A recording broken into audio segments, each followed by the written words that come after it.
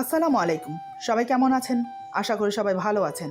আজ আপনাদের জন্য নিয়ে এসেছি গল্পের পঞ্চম পর্ব। আশা করি গল্পটি আপনাদের ভালো লাগবে। তাহলে চলুন শুরু করা যাক।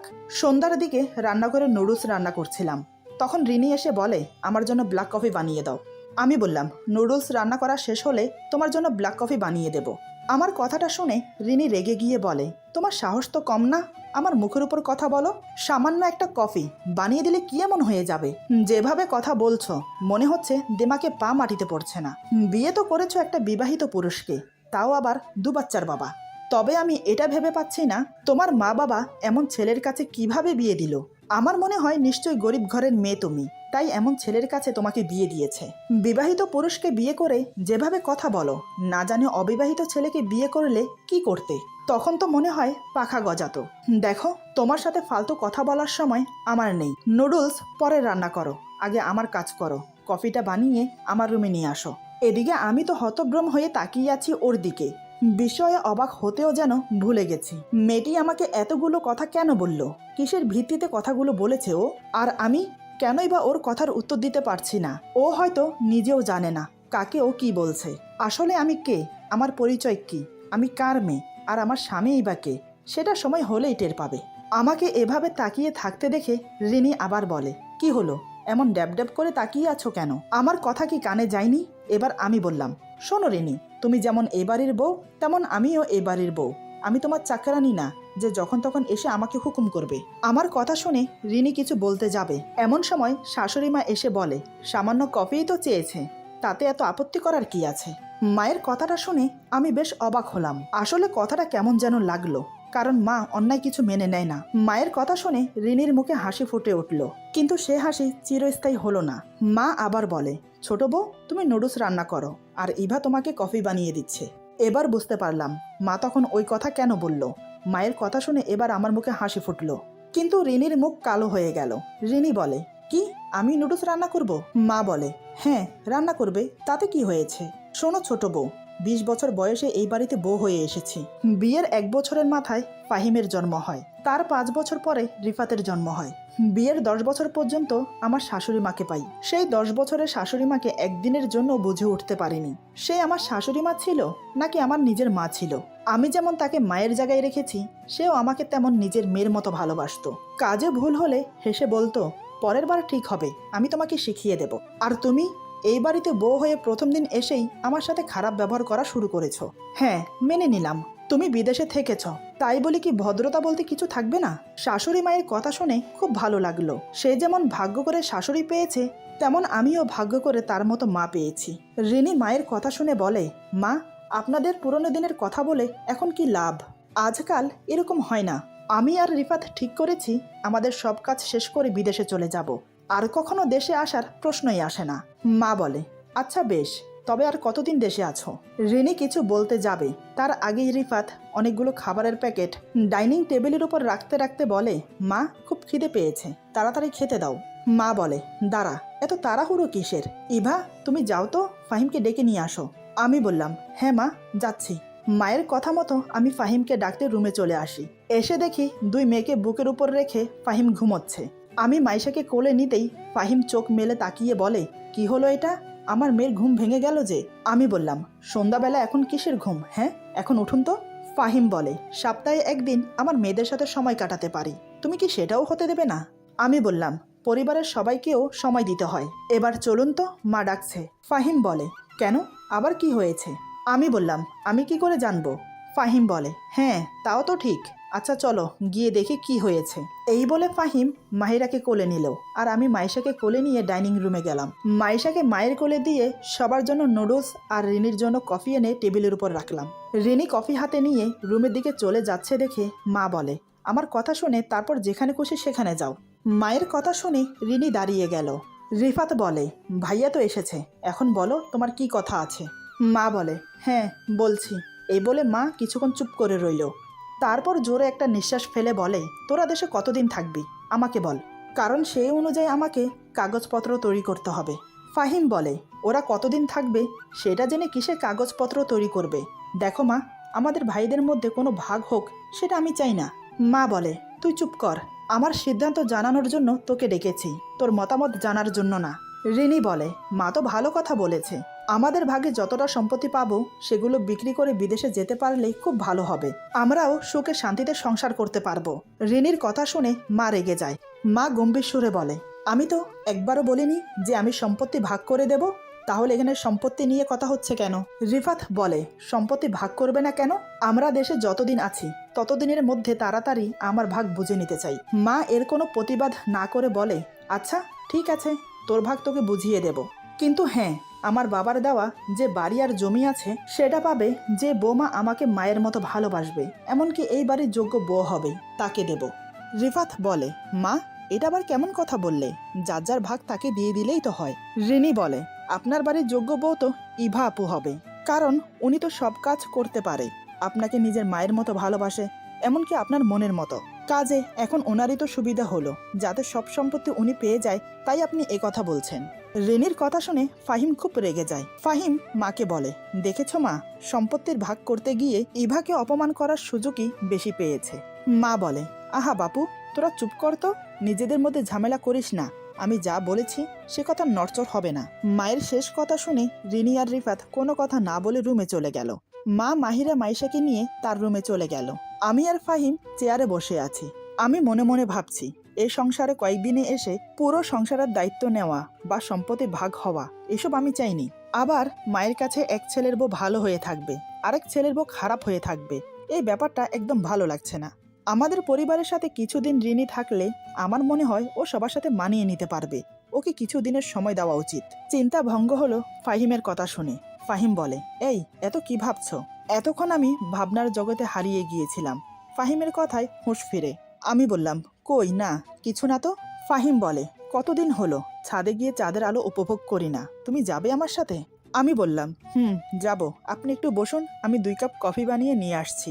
এই বলে আমি রান্নাঘরে গিয়ে 2 কাপ কফি বানিয়ে ছাদে চলে এলাম। দুজন ছাদের রেলিং ধরে পাশাপাশি দাঁড়িয়ে দুজন কফি খাচ্ছি। ছাদে ফুরফুরে বাতাস, চাঁদের আলো খুব ভালো লাগছে। চাঁদের আলোয় চারিদিক কানায় কানায় ভরে গেছে। খুবই মনোরম পরিবেশ, আমার কাছে খুব ভালো লাগছে। তবে আরো ভালো লাগতো যদি ফাহিমের কাঁধে মাথা রেখে চাঁদের আলো উপভোগ করতে পারতাম, কিন্তু সেটা কোনোদিনও হবার না। বহুদিন পরে সুন্দর একটা প্রকৃতির মাঝে আছি। সারাদিনের সংসারের কাজে ভুলে যাই যে আমার আলাদা করে ভালো লাগার কথার। এদিকে দুজনেই নীরবে দাঁড়িয়েছিলাম। হঠাৎ নীরবতা ভেঙে ফাহিম বলে, জানো, ছাদে আসতে ঈশা খুব ভালোবাসতো, তবে আমার কিন্তু ছাদে আসতে একটু ভালো লাগতো না। কিন্তু ঈশা জোর করে নিয়ে আসতো। তারপর আর কি, ওকে সঙ্গ দিতে দিতে আমারও অভ্যাসে পরিণত হয়েছে ছাদে আসা। এই ছাদে দুজন পাশাপাশি বসে ঘন্টার পর ঘন্টা সময় কাটিয়েছি। কত স্মৃতি জুড়ে আছে এই ছাদ নিয়ে, কত কত রোমান্টিক মুহূর্ত কাটিয়েছি ওকে নিয়ে। কিন্তু ও কি করলো? আমাকে ছেড়ে চলে গেল। এই সব কথা মনে হলে কষ্টে বুকের ভেতরটা ভরে ওঠে। উনি একটানা কথা বলে যাচ্ছে, কিন্তু আমি কোনো কথা না বলে চুপচাপ শুনে যাচ্ছি। আমাকে চুপচাপ দেখে ফাহিম বলে, এই কি ব্যাপার বলো তো? সেই কখন থেকে আমি একা একা বকবক করে যাচ্ছি, কিন্তু তুমি কিছু বলছো না যে? আমি বললাম, কি বলবো আমি? ফাহিম বলে, কেন, তোমার কি কিছু বলার নেই? আমি একটা জোরে নিঃশ্বাস ফেলে বললাম, সত্যি বলতে এই ছাদে আসা নিয়ে আমার তেমন কোনো রোমান্টিক মুহূর্ত নেই, যেমন আপনার আছে। তবে হ্যাঁ, আমিও ছাদে আসতে খুব ভালোবাসি, আমার ভালো লাগে। যতবার ছাদে এসেছি বলতে গেলে আমি একাই এসেছি, তাই আমার ছাদ নিয়ে কোনো রোমান্টিক মুহূর্ত থাকার কথা না। তবে এই প্রথম আপনার সাথে এসেছি। এখন যদি আপনি আমাকে জিজ্ঞেস করেন যে আপনার সাথে ছাদে এসে আমার কেমন ফিল হচ্ছে, তাহলে আমি এক কথাই বলবো, কোনো কিছুই ফিল হচ্ছে না। কেন জানেন? কারণ আপনার ধ্যানে জ্ঞানে সবটা জুড়ে শুধু একজনই আছে, আর সে হলো ঈশা আপু। আমি তো ব্যাস একটু সঙ্গ দিতে এসেছি আপনাকে, তাই এখানে রোমান্টিক কিছু থাকার কথা না। আচ্ছা বাদ দিন তো ওসব কথা, আপনি বলুন না, আমি শুনছি। ফাহিম বলে, একটা কথা বলবো? আমি বললাম, হ্যাঁ বলুন। ফাহিম বলে, ঈশার কথা বললে তোমার খুব খারাপ লাগে তাই না? আমি বললাম, এমা, এটা আবার কেমন ধরনের কথা? ঈশা আপুর কথা শুনলে আমার কেন খারাপ লাগবে? ফাহিম বলে, সত্যিই কি তোমার খারাপ লাগে না? আমি বললাম, না, আর কেনই বা লাগবে বলুন তো? যে মানুষটা আমাদের মাঝে বেঁচে নেই তার কথা শুনে খারাপ লাগার প্রশ্নই আসে না। তবে হ্যাঁ, তার কথা শুনলে আমার খুব হিংসা হয়। আমার কথা শুনে ফাহিম ভ্রু কুঁচকে বলে, কেন হিংসা হয় কেন? আমি বললাম, কেনই বা হবে না বলুন তো? দেখুন না, তার ভাগ্য কত ভালো, আপনার মতো একজন সৎ মানুষের স্ত্রী হতে পেরেছে, আপনার ভালোবাসা পেয়েছে। তার ভাগ্যটা এতটাই ভালো যে সে বেঁচে থাকতেও ওনার ভালোবাসার ভাগ কেউ নিতে পারেনি, উনি মরে যাওয়ার পরেও ওনার ভালোবাসার ভাগ কেউ নিতে পারেনি।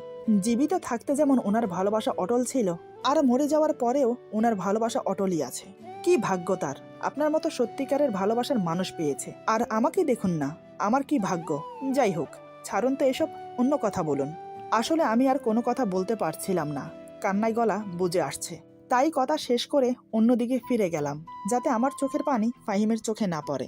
এদিকে আমার কথা শুনে ফাহিম ধন্দে পড়ে গেল। আমার কথার জবাবে কি বলবে সেটাই খুঁজে পাচ্ছে না, তাই চুপচাপ মাথা নিচু করে আমার পাশে দাঁড়িয়ে রইল। অবশেষে ফাহিম বলে, রাত অনেক হয়েছে, চলো নিচে। ওনার কথা শুনে আমি ওনার আগে আগে চলতে লাগলাম। তারপর দুজন একসাথে নিচে নেমে আমি মায়ের রুমে চলে গেলাম, কারণ মেয়ে দুটো মায়ের কাছে। গিয়ে দেখি ওরা এখনো ঘুমায়নি। মা বলে, তুমি এসেছো, দেখো না ওরা এখনো ঘুমায়নি। আমি বললাম, আমাকে দেন, আমি ওদের ঘুম পাড়িয়ে দিচ্ছি। এই বলে ওদের নিয়ে রুমে চলে এলাম। বাচ্চাদের খাইয়ে ঘুম পাড়িয়ে ডাইনিং রুমে গিয়ে তো আমি অবাক। এটা আমি কি দেখছি, নিজের চোখে যেন বিশ্বাস করাতে পারছি না। সন্ধ্যার দিকে মায়ের কথাগুলো মনে হয় কাজ করে গেছে। আসলে আমি ডাইনিং রুমে এসে দেখি রেনি খানা গরম করে টেবিলে সাজিয়ে সবার জন্য প্লেটে প্লেটে খাবার বেড়ে রাখছে। যে মেয়ে এক গ্লাস পানি গড়িয়ে খায় না, সে আজ কাজ করছে। ভাবতেই কেমন যেন ভালো লাগছে। তবে আরো বেশি ভালো লাগতো যদি সে সবাইকে ভালোবেসে এমনটা করতো। কিন্তু সে যা করছে সম্পত্তির লোভে করছে, কাউকে ভালোবেসে নয়। যাই হোক, আমি একে একে সবাইকে ডেকে নিয়ে আসলাম খাওয়ার জন্য। তারপর সবাই একসাথে খেতে বসলাম। আজ আমি না, রিনি সবাইকে খাবার বেড়ে দিচ্ছে। এক সময় সবাই খাওয়া দাওয়া শেষ করে যে যার রুমে চলে গেল। রিনি সবকিছু পরিষ্কার করে রুমে চলে গেল, আমাকে কোনো কাজ করতেই দিল না। তাই আমি বাচ্চাদের জন্য দুধ গরম করে ফিটারে ভরে রুমে চলে গেলাম। এরপর টাওয়াল দিয়ে ফিটারগুলোকে পেঁচিয়ে মাথার কাছে রেখে শুয়ে পড়লাম। এদিকে ফাহিম রুমে এসেই ঘুমিয়ে পড়েছে। নানান কথা ভাবতে ভাবতে একসময় আমিও ঘুমিয়ে পড়লাম। এরপর ভোর 5টা বাজে ঘুম থেকে উঠেছি। তারপর ফ্রেশ হয়ে অজু করে ফজরের নামাজ আদায় করলাম। নামাজ শেষ করে উঠে একটু ঘুমানোর চেষ্টা করলাম, কিন্তু ঘুম হলো না। তাই বিছানা ছেড়ে উঠে ড্রয়িং রুমে চলে গেলাম। তখন সকাল 6টা বাজে। হঠাৎ আমার নজরে এলো ড্রয়িং রুমের বারান্দায় দাঁড়িয়ে রিনি কার সাথে যেন ফোনে কথা বলছে।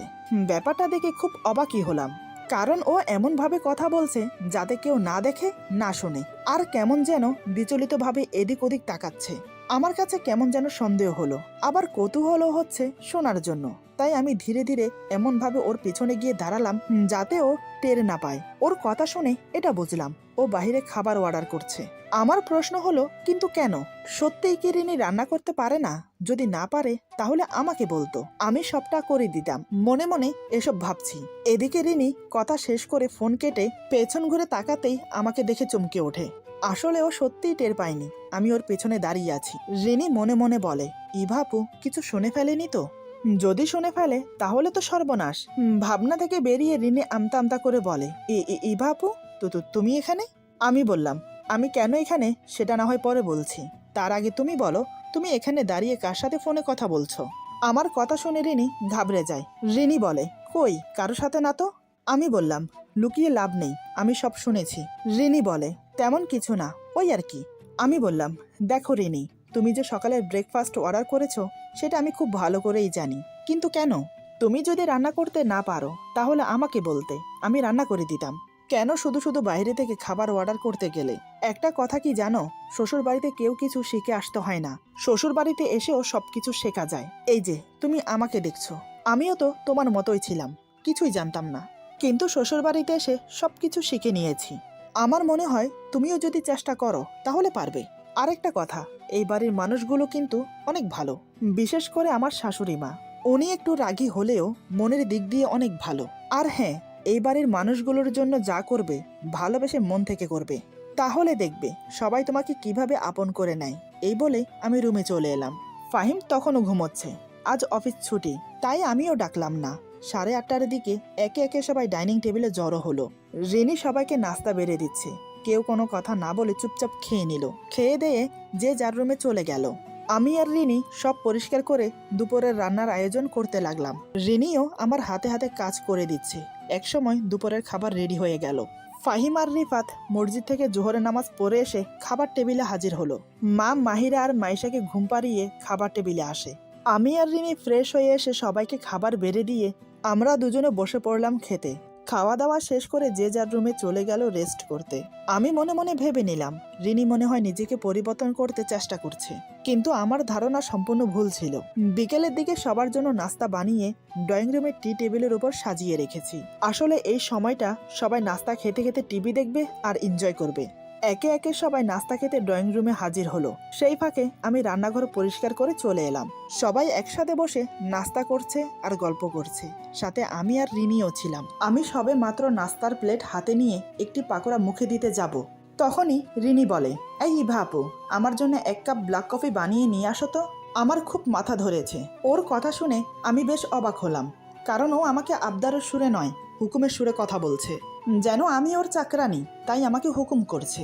এদিকে মা রিনির কথা শুনে বেজায় রেগে যায়। মা গম্ভীর সুরে বলে, ছোট বউ, তোমার কফি তুমি গিয়ে বানিয়ে নিয়ে আসো, যখন তখন যাকে তাকে হুকুম করবে না।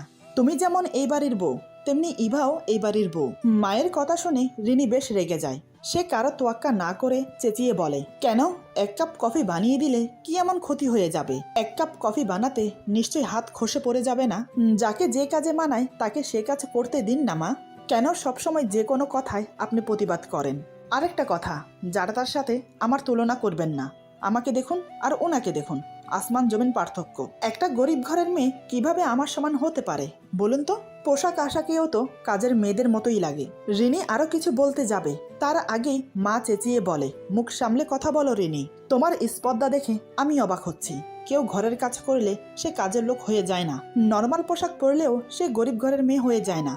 রিনি বলে, মা, এখানে আমি মিথ্যে কিছু বলিনি, যা সত্য তাই বলেছি। উনি তো করেছেন বিবাহিত পুরুষকে বিয়ে, তার উপর 2 বাচ্চার বাবা।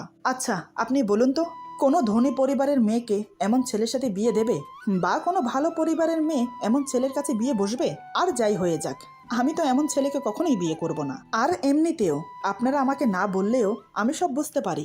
বড় ভাইয়া যে এখনো ইভা আপুকে স্ত্রী হিসাবে মেনে নেয়নি, সেটা আসলে ওনাকে তো বিয়ে করেছে শুধু বাচ্চাদের দেখভাল করার জন্য আর ঘরের সমস্ত কাজ করার জন্য। তাহলে শুধু শুধু আপনি কেন এমন করছেন? রিফাত রিনির কথা শুনেও কিছু বলছে না, চুপচাপ নাস্তা করে যাচ্ছে। এদিকে ফাহিম চোখ ছোট ছোট করে রিনির দিকে তাকিয়ে আছে। রিনির ব্যবহারে উনি খুব কষ্ট পেয়েছে। ভেবেছিল ছোট ভাই তার বউকে কিছু বলবে, কিন্তু না, রিফাত কিছু বলল না। এতক্ষণ আমি চুপচাপ বসে হজম করেছিলাম ওর কথাগুলো। যদিও সে শুধু আমাকে অপমান করত, তাহলে আমি সব শুনে হজম করে যেতাম। কিন্তু প্রশ্ন যখন আমার মেয়ে আর স্বামীর উপরে আসলো, তাহলে আমি কি করে চুপ থাকি? আমারই সামনে আমার স্বামীকে কেউ ছোট করে কথা বলবে, সেটা আমি সহ করতে পারবো না। তাই আমি নীরবতা ভেঙে বললাম, শোনো রেনি, তোমার সব কথা শুনে চুপ করে থাকতে পারলেও তোমার শেষের কথাগুলো শুনে চুপ থাকতে পারলাম না। তুমি আমাকে যতই অপমান করো, সেটা আমি গায়েও মাখতাম না, কিন্তু তুমি আমার স্বামীকে অপমান করছো, এটা আমি কি করে সহ করি বলো তো?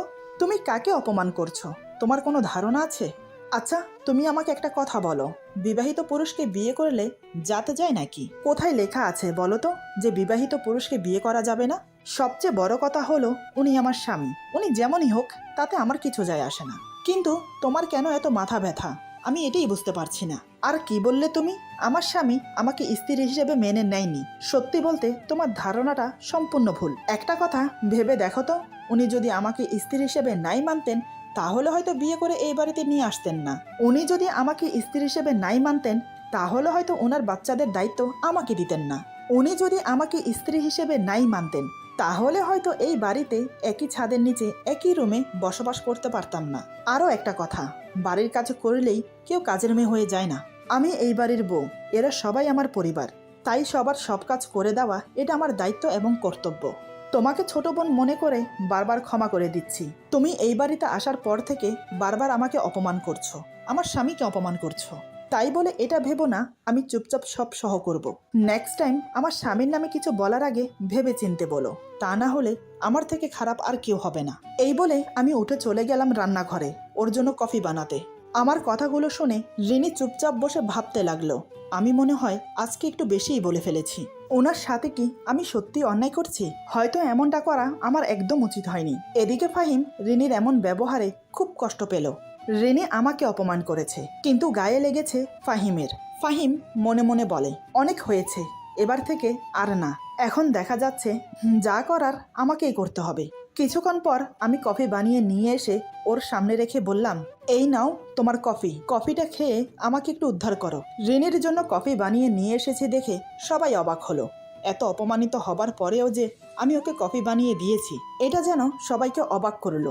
রিনি মাথা তুলে আমার দিকে এক নজর তাকিয়ে বলে, খাবো না আমি। আমি বললাম, কেন খাবে না কেন? একটু আগেই তো কফির জন্য আমাকে যা ইচ্ছে নয় তাই বলে অপমান করলে, আর এখন আমি কফি বানিয়ে নিয়ে এসেছি আর তুমি বলছো খাবে না? রিনি বলে, বললাম তো আমার খেতে ইচ্ছে করছে না। আমি বললাম, এখন খেতে ইচ্ছে না বললে তো আর চলবে না, তোমাকে যে কফিটা খেতেই হবে। রিনি বলে, কি আশ্চর্য, খেতে মন চাইছে না, তাহলে খাবো কি করে বলো? আমি বললাম, কি করে খাবে সেটা আমি কি জানি, তবে তোমাকে কফিটা খেতে হবে এটা আমি জানি। রিনি বলে, আজব তো, জবরদস্তি নাকি? না খেলে কি করবে শুনি? আমি বললাম, বেশি কিছু না, এই কফিটা তোমার মাথায় ঢেলে দেব। এখন বলো, চুপচাপ কফিটা খেয়ে নেবে নাকি এই কফিটা তোমার মাথায় ঢালবো? রিনি আবার আমার মুখের দিকে তাকিয়ে রইল কিছুক্ষণ, তারপর চুপচাপ কফিটা হাতে নিয়ে খেতে লাগলো। আমি বললাম, গুড গার্ল। এই বলে নাস্তার প্লেটগুলো উঠিয়ে রান্নাঘরে চলে গেলাম। ফাহিম উঠে নিজের রুমে চলে গেল। মা বসা থেকে উঠে দাঁড়িয়ে রিনিকে উদ্দেশ্য করে বলে, ছোট বউ, কাজটা তুমি মোটেও ভালো করলে না। মেয়েটাকে সবার সামনে এমনভাবে অপমান না করলেও পারতে। এই বলে মা চলে গেল রুমে। রিফাত আর রিনি চলে গেল নিজের রুমে। আমি রান্নাঘরের কাজ শেষ করে নিজের রুমে চলে গেলাম। গিয়ে দেখি ফাহিম খাট